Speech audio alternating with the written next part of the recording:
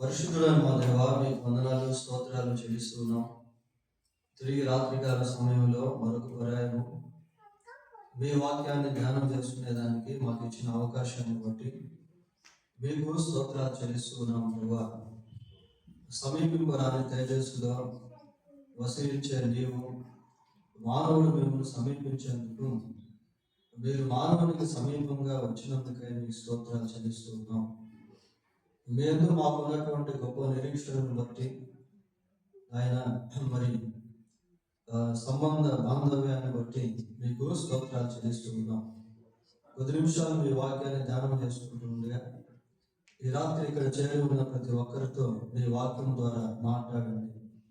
ఎవరెవరు ఏ అవసరంలో ఉన్నారో మీరు సమస్తము ఎరిగినటువంటి దేవుడు, సమస్తాన్ని చక్కపరిచేటువంటి వాడవు, సమస్తాన్ని నూతనపరిచేటువంటి వాడవు, సమస్తమును మీకు లోపరుచుకున్న జాలిన శక్తి గలవాడు. అందును బట్టి మీకు స్తోత్రాలు. సమస్తము ఎరిగినటువంటి వాడు, అందును బట్టి మీకు స్తోత్రాలు చెల్లిస్తూ మా రక్షకుడైన యేసుక్రీస్తు పరిశుద్ధమైన నామంలో ప్రార్థన చేస్తున్నాం తండ్రి, ఆమేన్.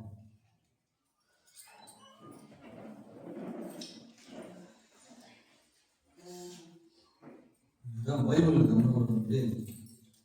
107వ కీర్తన 19వ వచనాన్ని చదువుతున్నాం.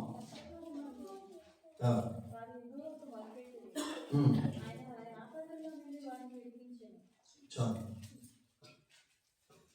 107వ కీర్తన 19వ వచనాన్ని మనము చదువుకున్నాం. కష్టకాలమందు వారు యెహోవాకు మొరపెట్టిరి, ఆయన వారి ఆపదల్లో నుండి వారిని విడిపించెను. కష్టకాలమందు వారు యెహోవాకు మొరపెట్టిరి.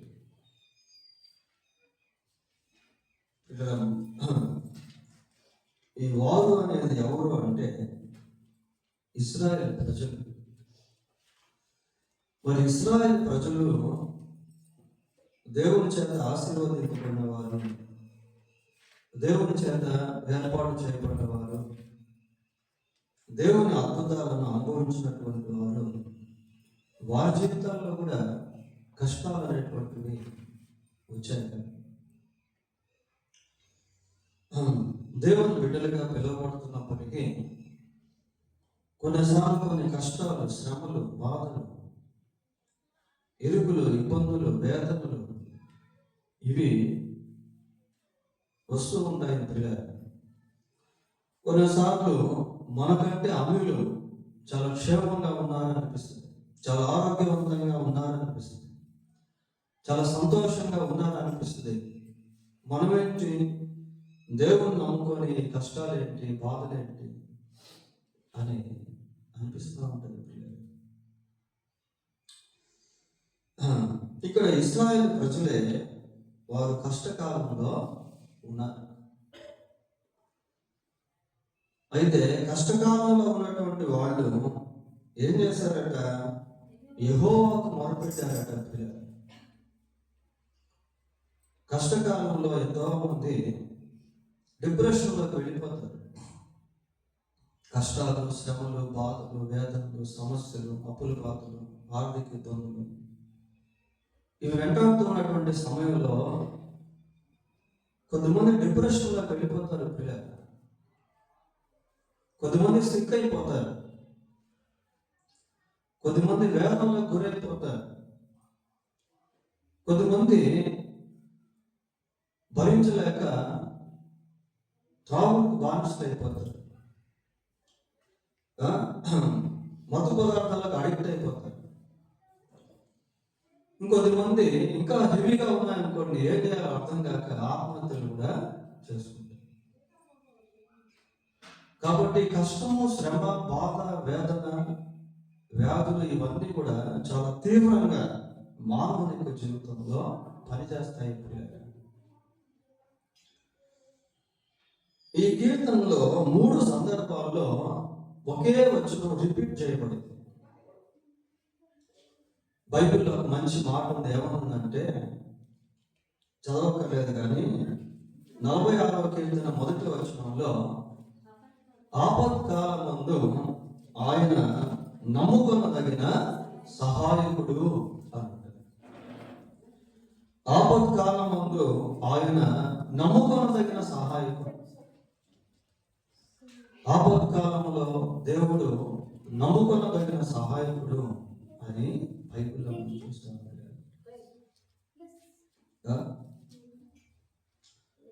సరే, ఇదే వచనాన్ని మళ్ళీ మనం 6వ వచనంలో కూడా సేమ్ అదే మాటలు మనకు కనిపిస్తుంది. చూడండి ఒకసారి 6వ, వారు కష్టకాలం ముందు యెహోవాకు మొరపెట్టిరి, ఆయన వారి ఆపదల్లో నుండి వారిని విడిపించెను. Same related word, similar word. ఎటువంటి విడుదల వారికి ఇచ్చాడు అని అంటే 7వ వచనం చూడండి,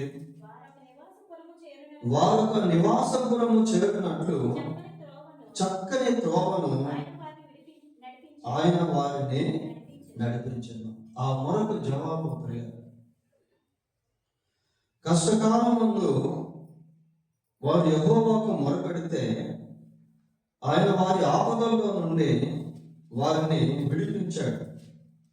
విడిపించడంలో వారు ఒక నివాసపురము చేరినట్లు చక్కని త్రోవను ఆయన వారిని నడిపించాడు. వారు ఒక నివాసపురము చేరినట్లు, వారు ఎక్కడుంటే క్షేమమో, ఎక్కడుంటే వారికి మేలో, ఎక్కడుంటే వారికి కాపుదలో, ఎక్కడుంటే వారికి భద్రత, ఎక్కడుంటే వారికి ఆశీర్వాదమో, God knows everything about them. వారి గురించి దేవునికి సమస్తము తెలుసు ప్రియ. కాబట్టి వారు ఒక క్షేమకరమైనటువంటి స్థలానికి దేవుడు నడిపించారు. మళ్ళీ అదే వచనాన్ని చూడండి, ఇక్కడ కొంచెం డిఫరెంట్ గా మనకు కనిపిస్తుంది. 13వ వచనం చదవండి. కష్టకాలం ముందు వారు యెహోవాకు మొరపెట్టిరి, ఆయన వారి ఆపదల్లో నుండి వారిని విడిపించు. మళ్ళీ అదే మాట పిల్లలు. అయితే ఇక్కడ ఇచ్చినటువంటి విడుదల ఇంకొక విధానంలో మనం చూస్తాం. 14వ వచనం చదవండి. వారి కట్లను తెంపివేసి చీకటిలో నుండి మరణాంధకారంలో నుండి వారిని రప్పించింది. వారి కట్లను తెంపాడంట పిల్లలు. చూడండి, ఒకే ప్రార్థన వివిధ రకాలుగా దేవుని కార్యాలు అనేటువంటివి జరిగిస్తాం.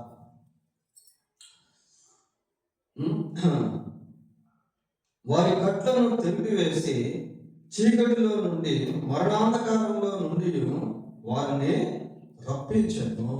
అక్కడ వారిని ఉంచట్లేదు దేవుడు. చీకట్లో మరణాంధకారంలో దేవుడు వారిని ఉంచడం లేదు ప్రియులు, అక్కడి నుంచి బయటకు తీసుకొస్తాం. సరే, మళ్ళీ మనం చదువుకున్నటువంటి వచనాన్ని ఇంకొకసారి చదువుతాం. కష్టకాలం ముందు వారు యెహోవాకు మొరపెట్టిరి, ఆయన వారి ఆపదల్లో నుండి వారిని విడిపించారు. ఇక్కడ మళ్ళీ ఇంకొక విధానం చూస్తాం. 20వ వచనం చదవండి. ఆయన తన వాక్కును పంపి వారిని బాగు చేశాను. ఆయన తన వాక్కును పంపి, దేవుడు తన వాక్యాన్ని పంపి వారిని బాగు చేశాడట. ఆయన వారు పడిన గుండెలో నుండి వారిని విడిపించింది. So we can see the acts of God in different dimensions. వివిధ కోణాల్లో దేవుని యొక్క కార్యాలు అనేటువంటివి ఇశ్రాయేలు ప్రజలు అనుభవించారు. దేవుని బిడ్డలకు దేవునితో ఒక ప్రత్యేకమైనటువంటి సంబంధం అనేటువంటిది ఉంటుంది. ఇశ్రాయేలుతో పాటు ఎంతో మందిని బైబిల్లో మనం చూస్తాం. అమోరీలను చూస్తాం, ఫిలిస్తీయులను చూస్తాం, పెరిజ్జీయులను చూస్తాం, కనానీయులను చూస్తాం. వాళ్ళ విషయంలో ఇలాంటి వాక్యాలు మనకు కనబడవు. సో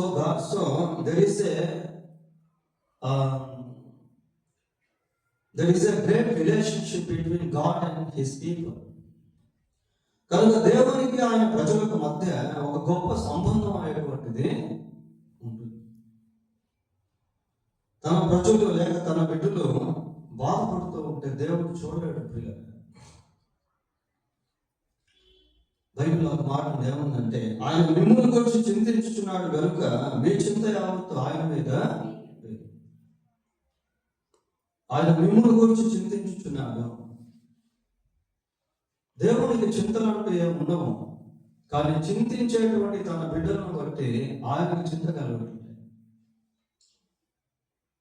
ఒకనొక సందర్భంలో ఇశ్రాయేలు ప్రజలు దేవునికి విరోధంగా జీవించి దురవస్థకు వెళ్ళిపోతారు. దురవస్థకు వెళ్ళిపోయి ఆ తర్వాత మళ్ళీ దేవుని వైపు వారు తిరుగుతారు పిల్లలు. చూడండి, ఆ సందర్భం న్యాయాధిపతుల గ్రంథం, అంటే రిలేషన్షిప్ అనేది మనం చూద్దాం. న్యాయాధిపతుల గ్రంథం 10వ అధ్యాయము, న్యాయాధిపతుల గ్రంథం 10వ అధ్యాయము 15-16 వచనాలు చదువుకున్నాం. అప్పుడు ఇశ్రాయేలీయులు మేము పాపము చేసి ఉన్నాము, నీ దృష్టికి ఏది అనుకూలమో దాని చొప్పున మాకు చేయము, దయచేసి నేడు మమ్మల్ని రక్షింపమని చెప్పి యెహోవాను సేవింపవలనని తమ మధ్య నుండి అన్య దేవతలను తొలగింపగా. ఇక్కడ ఒక ట్రాన్స్ఫర్మేషన్ అనేటువంటిది మనం చూస్తా ఉన్నాం పిల్ల. ఇశ్రాయేలు ప్రజలే దేవునికి విరోధంగా జీవించారు. ఇశ్రాయేలు ప్రజలే విగ్రహారాధికులుగా మారారు. ఇశ్రాయేలు ప్రజలే దేవుణ్ణి దుఃఖపెట్టారు ప్రియ. అటువంటి సమయంలో వాళ్ళు శత్రువులకు అప్పగించబడినప్పుడు మళ్ళీ దే టుక్ ఏ యూటర్న్. మళ్ళీ వాళ్ళు ఒక వెనుకకు తిరిగే అనుభవానికి వచ్చారు. దేవుని వైపు తిరిగారు ప్రియులారా. ఆయన ఆత్మ ఇశ్రాయేలీయులకు కలిగిన దురవస్థను చూచి సహింపలేకపోయాను. ఇశ్రాయేలీయులు కలిగిన దురవస్థను చూచి దేవుని ఆత్మ సహింపలేకపోయాడట ప్రియులారా. అంటే రిలేషన్ అట్లాంటిది. వాడు బాధపడుతున్నప్పుడు, దుఃఖపడుతున్నప్పుడు, శత్రువులకు అప్పగించబడినప్పుడు, దురవస్థలోనికి వెళ్ళిపోయినప్పుడు, వాళ్ళకు దోషపడబడినప్పుడు దేవుని ఆత్మ ఎంతో దుఃఖపడేవాడు. అరే నా పేరు పెట్టబడినటువంటి నా జనులు, నా ద్వారా ఆశీర్వదింపబడినటువంటి నా ప్రజలు, నేను ఏర్పరచుకున్నటువంటి నా జనము, వారు దుఃఖపడుతున్నప్పుడు, బాధపడుతున్నప్పుడు దేవుడు సహించలేకపోయాడు ప్రియ. దేవుడు భరించలేకపోయాడు.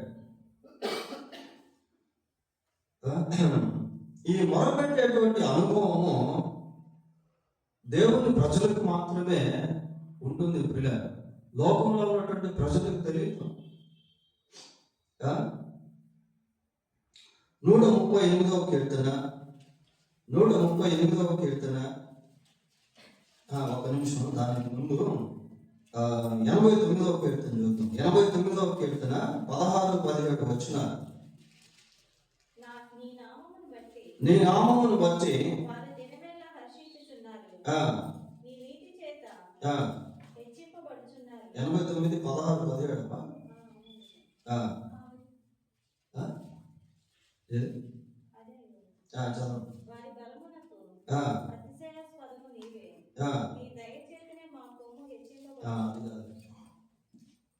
ఇంకోటి, తండ్రి అయిన దేవునికి ఆయన బిడ్డలకు మధ్య ఉన్నటువంటి రిలేషన్షిప్ గురించి రాసి ఉంటుంది అన్నమాట కీర్తన. సరే, ఇది చదువుతాం. 138 చదవండి.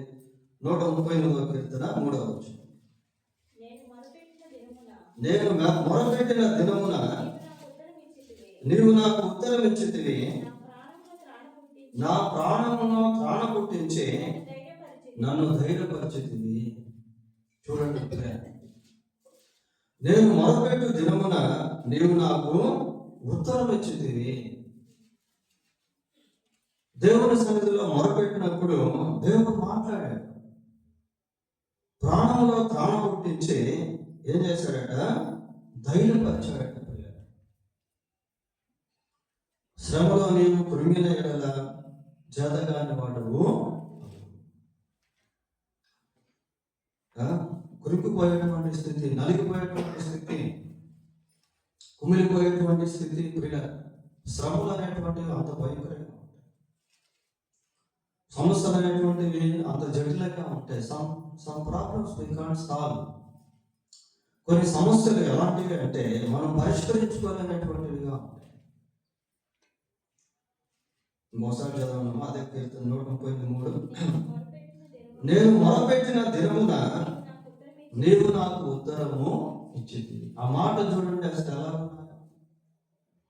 నేను మొరపెట్టిన దినామున నీవు నాకు ఉత్తరం ఇచ్చావు, నా ప్రాణంలో త్రాణం పుట్టించి నన్ను ధైర్యపరిచింది. God gives the boldness to overcome the struggles, frustration, disappointments. ప్రియుల, దేవుడు ఈ నిరుత్సాహ పరిస్థితులను జయించడానికి ధైర్యాన్ని ఇస్తాడు. మనం బైబిల్ గ్రంథాన్ని పరిశీలన చేసినప్పుడు దానియేలును తీసుకున్నాం, షడ్రక్ మేషక్ అబేద్నెగోను తీసుకున్నాం, ఎంతో మంది భక్తులను, శిష్యులను తీసుకున్నాం. వాళ్ళు అటువంటి మార్గం గుండా ప్రయాణం చేస్తారు. అయితే దేవుడు వారిని ధైర్యపరిచాడు. సామెతలో ఒక మాట ఉంటుంది, నీతిమంతులు సింహము వలె ధైర్యంగా. వాస్తవానికి సింహము ధైర్యానికి ముంగుర్తు. ప్రియ, అటువంటి సింహముల ఎదుట దానియేలు ఇంకా ధైర్యంగా ఉన్నాడు.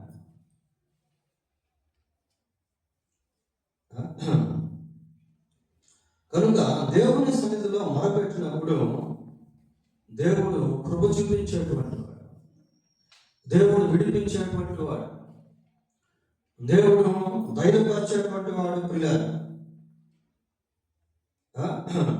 ఇలాంటి బైబిల్లో మనం అక్కడక్కడ మనం చూస్తూ ఉంటాం. 57వ కీర్తన మొదటి 2 వచనాలు చూడండి. నన్ను కరుణింపుము దేవా, నన్ను కరుణింపుము, నేను నీ శరణు జొచ్చి ఉన్నాను, ఈ ఆపదలు తొలగిపో వరకు. ఆపదలు అట్లా ప్రియ, ఎన్ని ఆపదలో దావీదు ఈ కీర్తన రాసి ప్రార్థన చేస్తాడు, మొరపెడతా ఉన్నాడు. ఈ ఆపదలు తొలగిపో వరకు నీ రెక్కల నీడను శరణు చొచ్చి ఉన్నాను, మహోన్నతుడైన దేవునికి, నా కార్యము సఫలము చేయు దేవునికి నేను మొరపెట్టుచున్నాను. Hope in hopeless. నా కార్యము సఫలము చేయు దేవునికి నేను మొరపెట్టుచున్నాను. ఆ గ్రహింపు అనేటువంటిది చాలా అవసరం పిల్లలు. ఆ కాన్ఫిడెన్స్, విశ్వాసం అనేటువంటిది చాలా అవసరం. దేవుడు నా కార్యమును సఫలం చేస్తాడు, దేవుడు నా కార్యమును సఫలం చేస్తాడు అన్న విశ్వాసంతో దేవుని సన్నిధిలో మొరపెట్టడం, దేవుని సన్నిధిలో ప్రార్థించడం, దేవుని పాదాలు పట్టుకోవడం. ఆ విశ్వాసానికి దేవుడు ముద్ర వేస్తాడు. మత్తయి సువార్త 15వ అధ్యాయం, మత్తయి రాసిన సువార్త 15వ అధ్యాయం 21వ వచనాన్ని చదువుకున్నాం. యేసు అక్కడ నుండి బయలుదేరి తూరు సీదోనుల ప్రాంతములకు వెళ్ళగా, ఇదిగో ఆ ప్రాంతముల నుండి కనాను స్త్రీ ఒకటి వచ్చి, ప్రభువా, దావీదు కుమారుడా, నన్ను కరుణింపుము, నా కుమార్తె దయ్యము బట్టి బహు బాధపడుచున్నదని కేకలు వేసింది. చూడండి, యేసు ప్రభు ఆ ప్రాంతానికి వెళితే అక్కడ కనాను స్త్రీ ఒక ఆమె వస్తా ఉంది. ఎందుకు వచ్చింది అంటే తన కుమార్తెకు దయ్యం పట్టి బహుగా బాధపడతా ఉందట. అక్కడ ఏమని చెప్తున్నామంటే బహు బాధపడుచున్నదని చెప్పి కేకలు వేస్తున్నాం. ఇది ఎలాంటి పరిస్థితి అంటే, అన్లెస్ గాడ్ హెల్ప్స్, దేవుడు సహాయం చేస్తే తప్ప ఆ దయ్యం కూతుర్ని వదిలిపోదు. డెవిల్ కెనాట్ కాస్ట్ అవే అనదర్ డెవిల్. ఒక దయ్యం ఇంకొక దయ్యాన్ని వెళ్ళగొట్టలేదు ప్రియ, దేవుడే వెళ్ళగొట్టాలి. ఈమె పరిస్థితి ఎలా ఉంది అంటే ఊపిరాడనటువంటి స్థితి. అందుకే అక్కడ కొన్ని రిజెక్షన్స్ వచ్చినప్పటికీ, కొంత నిరుత్సాహం వచ్చినప్పటికీ, కొన్ని తృణీకరాలు వచ్చినప్పటికీ అక్కడే ఉంది ప్రియ. ప్రభువును వదలటం లేదు. కొన్ని పరిస్థితులు అలా ఉంటాయి, ఊపిరాడని స్థితిలో తీసుకువెళ్ళిపోతాయి. అన్ని ప్రక్కల ద్వారాలు మూయబడినటువంటి విధంగా పరిస్థితులు తీసుకుని వెళ్తాయి ప్రియ. We don't know what to do, where to go, who shall we meet. మనం ఎవరిని వెళ్ళాలో, ఎక్కడికి వెళ్ళాలో, ఏం చేయాలో అర్థం కానటువంటి పరిస్థితి. మరి ఎంతకాలం దయ్యం చేత కుమార్తె బాధించబడుతుందో మనకు తెలియదు. రాత్రి పగళ్ళు తల్లి హృదయం ఎంతో తలడిల్లిపోతా ఉంది ప్రియ. కుమార్తెను చూడలేకపోతా ఉంది. కలకూతురు ఏం చేయలేని పరిస్థితి, ఎవరు కూడా సహాయం చేయలేనటువంటి పరిస్థితి. కేవలం దేవుడు సహాయం చేస్తే తప్ప విడుదల అనేది లేదు. ఇంకొక వ్యక్తిని కూడా మనం చూస్తాం. 18 సంవత్సరాల నుంచి నడుము మోగిపోయినటువంటి స్త్రీ ప్రభు దగ్గరికి వచ్చింది. ప్రభు ఆ మీద కనికరపడి ఆమెకు విడుదల అనేది ఇచ్చాడు.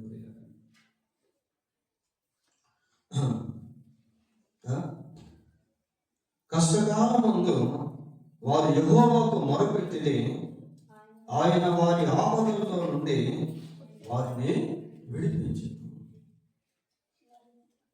విక్టిమ్స్ ప్రియ, వీళ్ళంతా కూడా నిరాధార స్థితిలో ఉన్నటువంటి ప్రజలు. మన పరిస్థితి కూడా అంతే. కొన్నిసార్లు డబ్బు ఉండొచ్చు, కొన్నిసార్లు మంచి ఉద్యోగం ఉండొచ్చు, కొన్నిసార్లు పలుకుబడి కూడా ఉండొచ్చు, కొన్నిసార్లు అన్ని సామాన్యంగా జరిగిపోతూ ఉండవచ్చు. అయితే కొన్ని జటిలమైనటువంటి సమస్య, ఈ సురేఫినేక స్త్రీ లేక కనాన్ నుంచి వచ్చినటువంటి స్త్రీకి ప్రభువు సహాయం చేస్తే తప్ప కుమార్తెకు విడుదల అనేటువంటిది లేదు.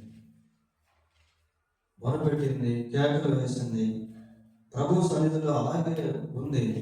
చివరికి ఆమె కుమార్తెకు విడుదల అనేది. ఈమె అన్ని వాళ్ళు ఒక రకంగా చెప్పాలంటే she was not a Jewish woman. యూదురాలు కాదు ప్రియ. యేసుక్రీస్తు ప్రభు ఎలాంటి వాడు అంటే ఎవరు ఆయనకు మొరపెట్టినా కూడా వారికి ఆయన సహాయము చేస్తారు.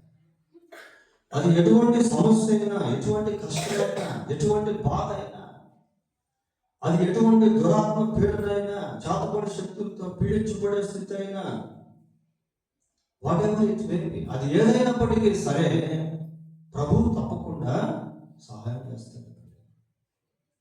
ఆయన సర్వాధికారి అయినటువంటి దేవుడు. కష్టకాలం ముందు వారు యెహోవాకు మొరపెట్టిని, ఆయన వారి ఆపదల్లో నుండి వారిని విడిపించింది. ఇదేదో మనం ఊరికే చదువుకోలేదు ప్రియ. అది జరిగినటువంటి సంఘటనను కీర్తనకారుడు రాశాడు. అందుకే 3 సందర్భాల్లో కూడా వారు మొరపెట్టినప్పుడు దేవుడు ఏమేం చేశాడో అనేటువంటిది మనం చదువుకున్నాం. అక్కడ దేవుని కార్యాలు జరిగాయి ప్రియ.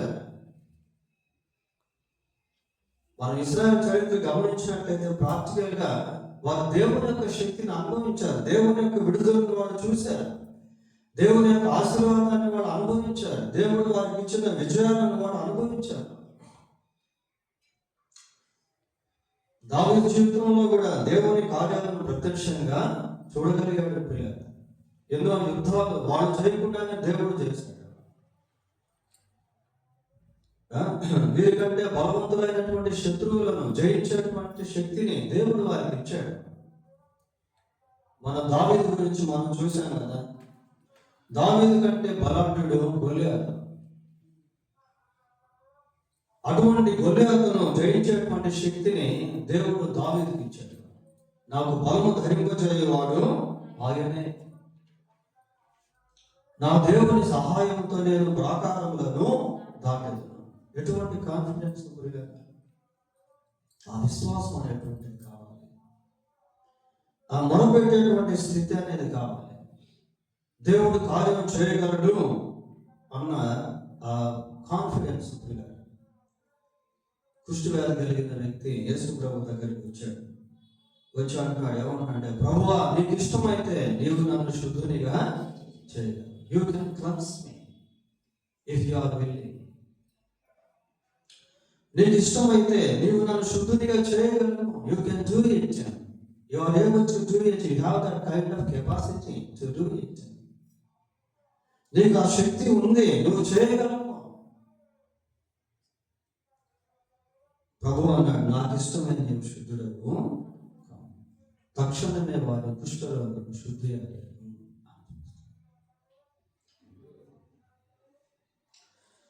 కష్టకాలం ముందు వారు యెహోవాకు మొరపెట్టిరి. మత్తయి సువార్త 20వ అధ్యాయం, మత్తయి రాసిన సువార్త 20వ అధ్యాయం 29వ వచనాన్ని చదువుకున్నాం. వారు యెరికో నుండి వెళ్ళుచుండగా బహుజన సమూహము ఆయన వెంట వెళ్ళాను. ఇదిగో త్రోవ ప్రక్కన కూర్చున్న ఇద్దరు గుడ్డివారు యేసు ఆ మార్గమున వెళ్ళుచున్నాడని విని, ప్రభువా దావీదు కుమారుడా మమ్మల్ని కరుణింపుమని కేకలు వేసింది. ఇక్కడ ఇద్దరు గుడ్డివాడు ఉన్నారు, త్రోవ పక్కన పిల్లలు. ఇద్దరు గుడ్డివాడు ఉన్నారు. వాళ్ళ యేసు ప్రభు ఎలా ఉంటాడో తెలియదు, వాళ్ళు ఎలా ఉంటారో కూడా వాళ్ళకి తెలియదు, ప్రజలు ఎలా ఉంటారో వాళ్ళకి తెలియదు. అటువంటి అనగా సమానమైన స్థితిలో జీవిస్తున్నటువంటి గుడ్డివాడు. ఒకరోజు యేసుక్రీస్తు ప్రభు ఆ మార్గం గుండా వెళ్తా ఉంటాడు. జన సమూహం వెళ్తా ఉంటాడు. అడిగారు, ఏంటి ఏంటి ఈ చప్పటేంటి అని అడిగితే వాళ్ళు అన్నారు, యేసు ప్రభు ఈ మార్గం గుండా వెళ్తా ఉంటాడు అన్న వెంటనే వాళ్ళు ఏం చేస్తారు, దావీదు కుమారుడా మమ్మల్ని కరుణింపుమని కేకలు వేస్తారు. అప్పుడు ప్రజలు వాళ్ళని సముదాయం, అయ్యా కేకలు ఆపండి, చదవను. ఊరుకుండుడని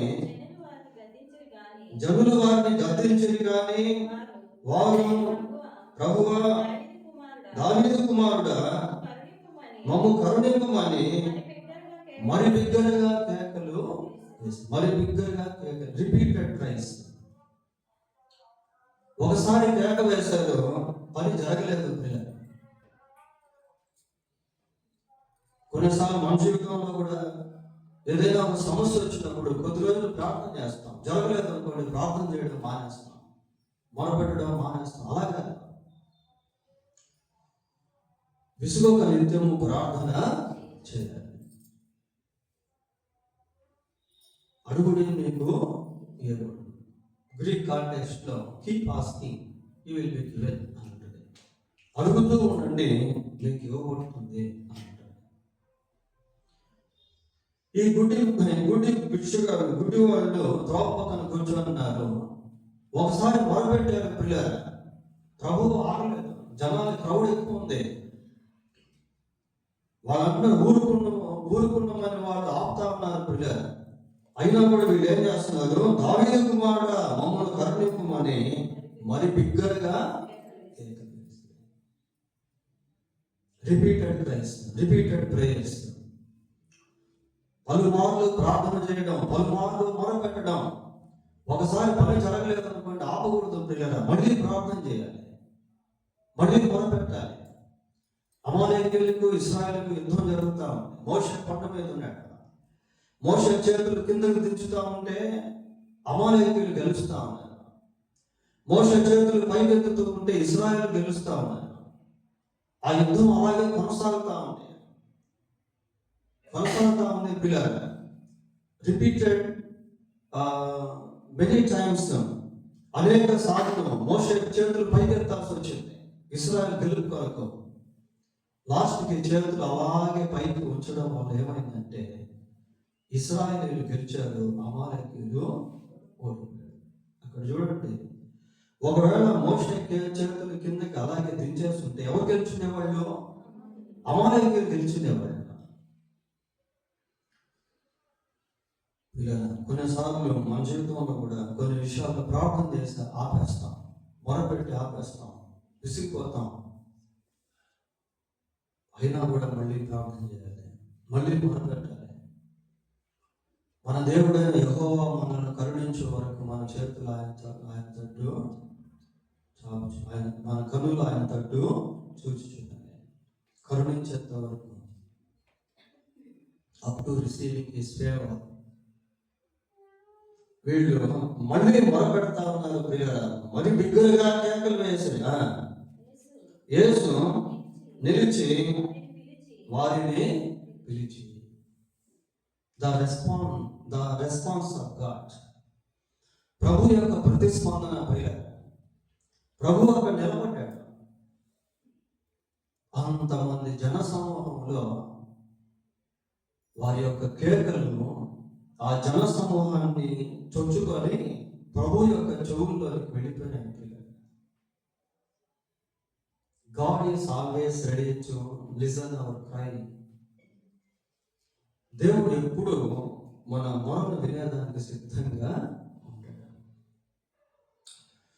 అంతమందిలో ఎవరిని కూడా ఆయన పిలవలేదు, ఎవరి కోసం ఆయన ఆగలేదు, వాళ్ళిద్దరి కోసం ఆగాడు అక్కడ. ఎందుకు అంటే వాళ్ళు మొరపెట్టారు, కేకలు వేశారు. వాళ్ళ అవసరత అలాంటిది, వాళ్ళ అవసరత అలాంటిది ప్రియులారా.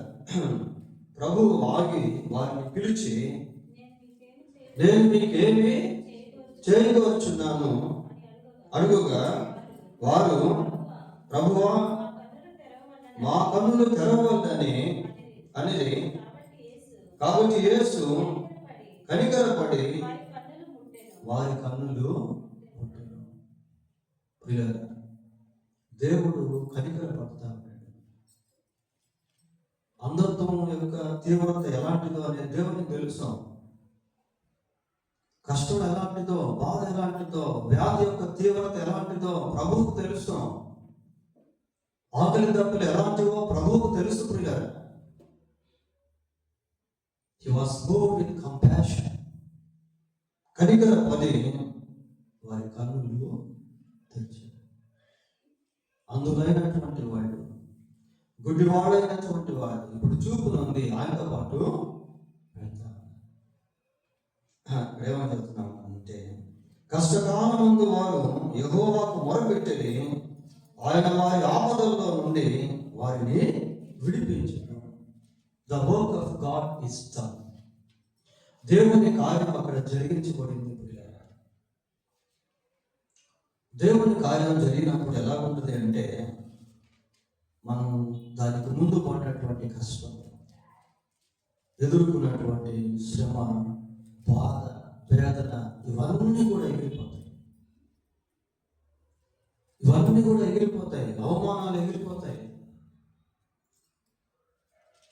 అంతకుముందు ఆ గుడ్డివాళ్ళు ఎంతగా అవమానపరచబడ్డారు, ఎంతమంది వాళ్ళని అపోషించారో, ఎన్నిసార్లు వాళ్ళు తప్పుకొని కింద పడ్డారో, నిరాధారమైనటువంటి స్థితి. ఎవరో ఒకరు వాళ్ళకి హెల్ప్ చేయాలి. హెల్ప్లెస్ పీపుల్, నిస్సహాయులు ప్రియులారా. ఇప్పుడు వాళ్ళకి అట్లాంటిది లేదు. They were so happy because the eyes of them are opened. ఎందుకంటే ఇప్పుడు వాళ్ళు చాలా సంతోషంగా ఉన్నారు. వాళ్ళ కళ్ళు తెరవబడ్డాయి. బహుశా తెరిచిన వెంటనే వాళ్ళు ఎవరు చూస్తుంటారు? యేసు ప్రభునే చూస్తుంటారు. ఎందుకంటే he is in front of them. ప్రభువే వారి ఎదుట ఉన్నాడు ప్రియులారా. దేవుని కార్యాలు అలాంటివి. దేవుడు ఎవరి జీవితంలో ఎటువంటి కార్యం చేస్తాడో మనకు తెలియదు. దేవుని కార్యాలు జరిగినప్పుడు ఆ పరిస్థితి ఎలా ఉంటుందో ఒకసారి మనం చూసి వాక్యాన్ని ముగిద్దాం. 30వ కీర్తన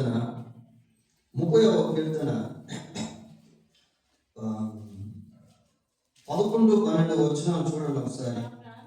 నా ప్రాణము మౌనముగా నుండక నిన్ను కీర్తించినట్లు నా అంగలార్పును నీవు నాట్యముగా మార్చి ఉన్నావు. చూడండి, నా ప్రాణము మౌనముగా ఉండగా నిన్ను కీర్తించినట్లు అంగలార్పు అనేటువంటిది ఏం చేస్తుంది అంటే దేవుణ్ణి కీర్తించలేకుండా చేస్తుంది. అయితే ఇక్కడ ఏమని చెప్తున్నామంటే నా ప్రాణము మౌనముగా నుండక నిన్ను కీర్తించినట్లు నా అంగలార్పును నీవు నాట్యముగా మార్చి. ఒకప్పుడు అంగలార్పే, ఇప్పుడు నాట్యం అయిపోయింది. ఇప్పుడు ప్రాణం మౌనంగా ఉండట్లేదు, దేవుణ్ణి కీర్తిస్తా ఉంది, ఆరాధిస్తా ఉంది. ఇశ్రాయేలు ప్రజలు కూడా విడుదల పొందిన తర్వాత దేవుణ్ణి ఎంతో ఆరాధించారు. దావీదు విడిపించబడుతున్న సమయంలో ప్రభువుని ఎంతో ఆరాధించాడు. కింద వచనం, నీవు నా గోనె పట్ట విడిపించి సంతోష వస్త్రము నన్ను ధరింపచేసి ఉన్నావు.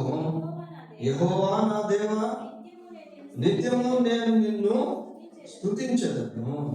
నీవు నా గోనె పట్ట విడిపించి పూర్వం ప్రజలు దుఃఖకరమైనటువంటి పరిస్థితులు గుండా వెళుతూ ఉన్నప్పుడు గోనె పట్టను ధరించేవాడు. నీవు నా గోనె పట్టను విడిపించి, ఆ దుఃఖం ఎట్టుపోయిందో తెలియదు, ఆ బాధ ఎట్టుపోయిందో తెలియదు, ఆ నిరుత్సాహం నెట్టూర్పులు ఎలా పోయినాయో తెలియదు ప్రియులారా.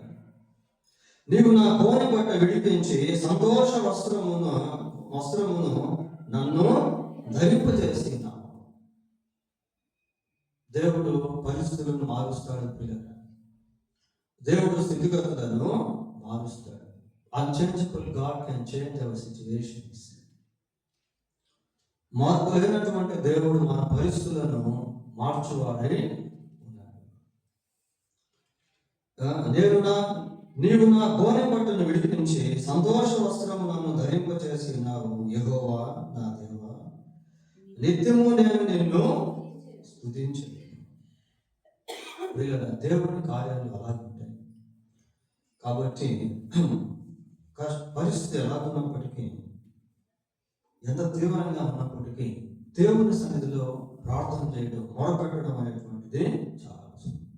దేవునికి అసాధ్యమైనది ఏది కూడా లేదు. దయ్యాలను ఆయన వెళ్ళగొడతాడు, సమాధానాన్ని ఆయన అనుగ్రహించగలుగుతాడు, లేని వాటిని ఉన్నట్టుగా పిలుస్తాడు, అంధత్వాన్ని రూపుమాపుతాడు, చీకటిలో వెలుగునిస్తాడు, బలహీనతలో బలాన్ని ఇస్తాడు, సమస్యలు ఉన్నటువంటి వారికి బలాన్ని ఇచ్చేవాడు, కృంగినటువంటి వారిని లేవనెత్తేటువంటి వాడు.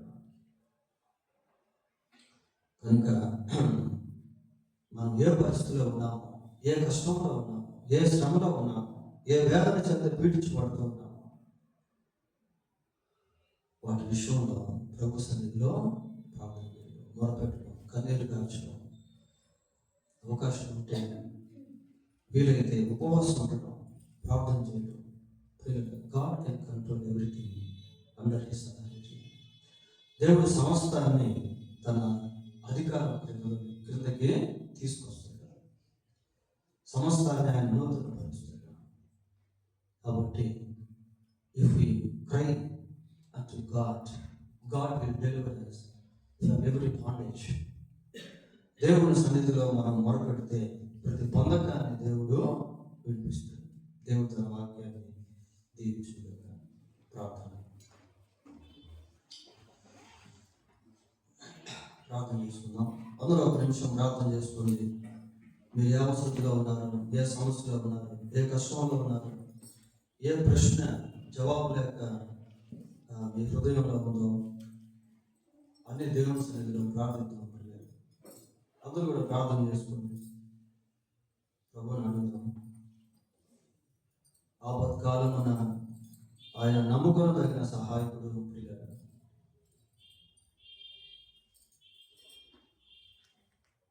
కష్టకాలం ఉన్న వారు యెహోవాకు మొరపెట్టి ఆయన వారి ఆపదల్లో నుండి వారిని విడిపించారు. దేవునితో మనకు ఎంతో సంబంధం అనేది ఉంది. మనం బాధపడితే ఆయన చూసి సహించలేడు. మన గురించి ఆలోచిస్తున్నటువంటి వాడు, మన కన్నీటిని తుడిచేటువంటి వాడు, అంగలార్పులను నాట్యముగా మార్చేటువంటి వాడు, గోనెపట్టును విడిపించేవాడు, సంతోష వస్త్రాన్ని ధరింపజేసేవాడు.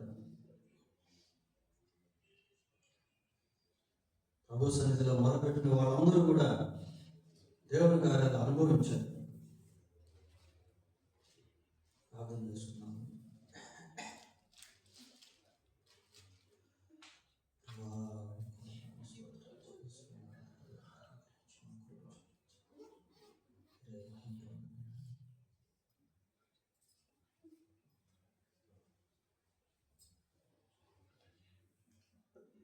మహాపరిశుద్ధుడు అయిన మా దేవ, మీ పాదములకు వందనాలు, స్తోత్రాలు చెల్లిస్తూ ఉన్నాము.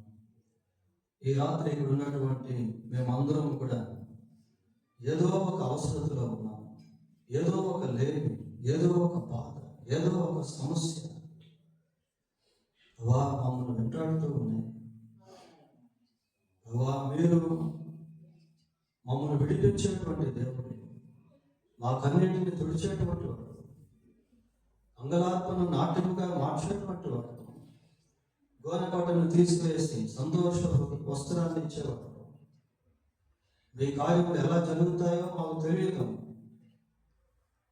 ఎర్ర సముద్రాన్ని పాయలుగా చేసి దారిని చూపించినటువంటి వాడు, ఆకాశం నుండి మన్నాను కురిపించి ఆకలి తీర్చినటువంటి వాడు, 5 రొట్టెలను 2 చేపలను ఆశీర్వదించి వేల కొలది ప్రజలకు ఆహారంగా మార్చినటువంటి వాడు, నీటిని ద్రాక్షారసంగా చేసినటువంటి వాడు. మీ కార్యములు ఎంతో గొప్పవి. అది మా ఊహకు అందవు, మా తలంపుకు అందవు. కనుక ఆయన అది ఏదైనప్పటికీ అర్థం కానటువంటి పరిస్థితులైన మీ సన్నిధిలో ప్రార్థించే వారుగా ఉండటం సహాయం చేయండి. యేసుక్రీస్తు నిన్న నేడు ఏకరీతిగా ఉన్నాడు అన్న రీతిగా మీరు ఆ రోజే కాదు, ఈ రోజు కూడా సజీవంగా ఉన్నటువంటి దేవుడు మీ వైపు చూడగలుగుటకు సహాయం చేయండి. మీ సన్నిధిలో మొరపెట్టే వారముగా మమ్మల్ని చేయండి. మీ పాదాలు పట్టుకునే వారముగా చేయండి. మీరే మాకు దిక్కు అని హృదయమంతటితో చెప్పేవారముగా చేయండి. ఆయన మీరు కనికరించి సహాయం చేయండి. మీరే కృప చూపించి మహిమ పొందమని ఈ వర్తమానం మాకందరికీ దేవునికరంగా చేయండి. మా రక్షకుడైన యేసుక్రీస్తు పరిశుద్ధమైన నామములో ప్రార్థన చేస్తున్నాము. ఆమేన్.